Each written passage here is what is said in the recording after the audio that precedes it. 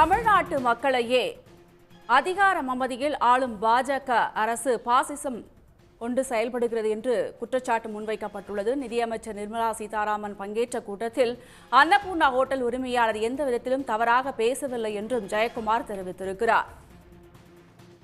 அதிமுக முன்னாள் அமைச்சர் ஜெயக்குமார் தமிழ்நாட்டு மக்களையே கேவலப்படுத்துகிறது பாஜக என்று கண்டனம் தெரிவித்திருக்கிறார். அதிமுக முன்னாள் அமைச்சர் ஜெயக்குமார் நம்முடைய தொலைபேசி வாயிலாக இணைந்திருக்கிறார். சார் வணக்கம் சார். தமிழ்நாட்டு மக்களையே பாஜக கேவலப்படுத்துகிறது அப்படின்ற ஒரு குற்றச்சாட்டை முன் வச்சிருக்கிறீங்க. அதிகார மமதையில பாசிச பாஜக அரசு நடக்கிறது அப்படின்ற ஒரு குற்றச்சாட்டை முன் வச்சிருக்கிறீங்க. உங்களுடைய முழு கருத்துக்களை எங்களோட பகிர்ந்து கொள்ளலாம் சார். வணக்கம், ஜெயக்குமார் பேசுறேங்க. ஒரு அதிகார மமதையில் இன்றைக்கு பாசிச பாஜக அரசு ஒரு நியாயமான கோரிக்கைகள், அதாவது ஒரு ஹோட்டல் உரிமையாளர்கள் அதுக்கு எதுக்கு அவங்க அந்த மீட்டிங் மத்திய நிதி அமைச்சர் ஏற்பாடு செய்யணும்? அதுக்கு ஏற்பாடு செய்யாம போலாமே.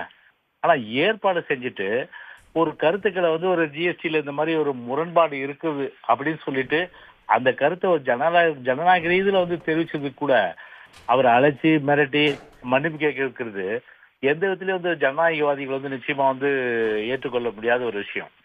எனவே அந்த வகையில இன்னைக்கு ஒரு பாசிச பாஜக அரசு ஒரு தமிழ்நாட்டுல இந்த மாதிரி ஒரு உருட்டி மிரட்டு இந்த மாதிரி ஒரு வர்த்தகர்கள்லாம் பாத்தீங்கன்னா பணிய வைக்கின்ற அந்த முயற்சிகள் ஈடுபட்டிருப்பது என்பது நிச்சயமா ஒரு கண்டிக்கத்தக்க விஷயமா தான் நிச்சயமா எடுத்துக்க முடியும். எனவே இதை ஊடகங்கள்ல இதை பார்த்தவங்க எல்லாமே இன்னைக்கு ஒரு தமிழ்நாட்டு மக்கள் ஒட்டுமொத்தமா இன்னைக்கு பிஜேபி மேல ஒரு வெறுப்பு கொண்டிருக்கின்ற ஒரு செயலை தான் நிச்சயமா அந்த ஒரு ஊடகம் வெளியிட்டு இருக்கு. அது ஊடகத்து அது வெளியிட்டது பிஜேபி ஐடிவிங்க.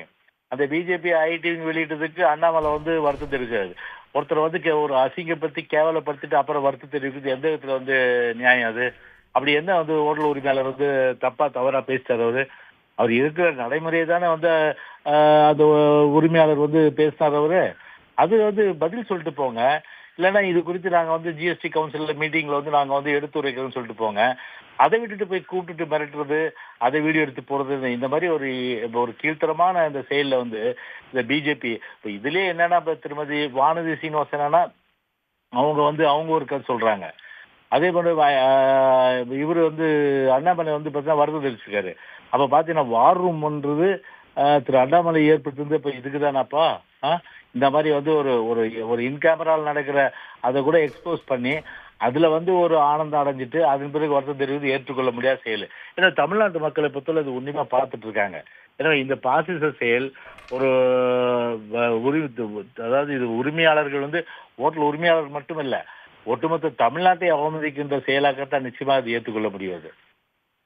ஏன்னா இதற்கு தக்கப்பாடு நிச்சயமா வருங்காலத்துல கோவையிலும் சரி தமிழ்நாட்டிலும் சரி எந்த நிலையிலும் பிஜேபிக்கு தமிழ்நாட்டில் இடமே கிடையாது என்பதுதான் தமிழ்நாட்டு மக்கள் உறுதியாக இருக்கிறாங்க.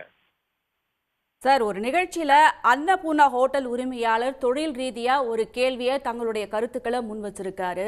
ஆனா அதற்கு மன்னிப்பு கேட்கணும் அப்படின்னு வலியுறுத்தப்பட்டிருக்கு. நீங்க மன்னிப்பு கேட்க வலியுறுத்துவீங்களா? இல்ல, கண்டிப்பா இதுக்கு பாத்தீங்கன்னா ஒட்டுமொத்த பிஜேபி மன்னிப்பு கேட்கணும். அது எப்படி அப்போ ஒரு இனிமே ஒரு மத்திய நிதி அமைச்சர் கூட்டத்துல இப்ப ஏதாவது இது ஒரு அச்சுறுத்தலா தான் நிச்சயமா பார்க்க முடியும். அதாவது யாரும் எங்களை எடுத்து எதுவுமே பேசக்கூடாது அப்படின்ற வகையில் தான் இருக்கும். அப்ப பேருக்குனால ஒரு கூட்டத்தை நடத்திட்டு அதுல பொம்மை மாதிரி பாத்தீங்கன்னா உட்கார்ந்துட்டு போறதுதான் ஒரு கூட்டமாகுது. எனவே அந்த வகையில நிச்சயமா அந்த கூட்டம்னா ஒரு ஆரோக்கியமானதாக இருக்கணும். அதாவது கருத்துக்கள் சுதந்திரமா வரணும். அந்த வகையில் தான் ஒரு கருத்துக்களை அன்னபூர்ணா ஹோட்டல் உரிமையாளர் கருத்துக்களை சுதந்திரமா சொல்லியிருக்காரு. எனவே அதுக்கு உரிய தீர்வு நடவடிக்கை எடுப்பதை விட்டுட்டு அவர் கூப்பிட்டு மிரட்டுறது என்பது நிச்சயமா ஏற்றுக்கொள்ள முடியாத விஷயம், கண்டிக்கத்தக்க விஷயம். இதுக்கு பிஜேபி மன்னிப்பு ஒட்டுமொத்தமா அந்த கட்சி கேட்கணுன்றதுதான் எல்லோருடைய எதிர்பார்ப்பும் கூட. இணைப்பில் வந்தமைக்கு நன்றி சார். உடனுக்குடன் செய்திகளை தெரிந்து கொள்ள சன் நியூஸ் பெல் ஐகானை கிளிக் பண்ணுங்க.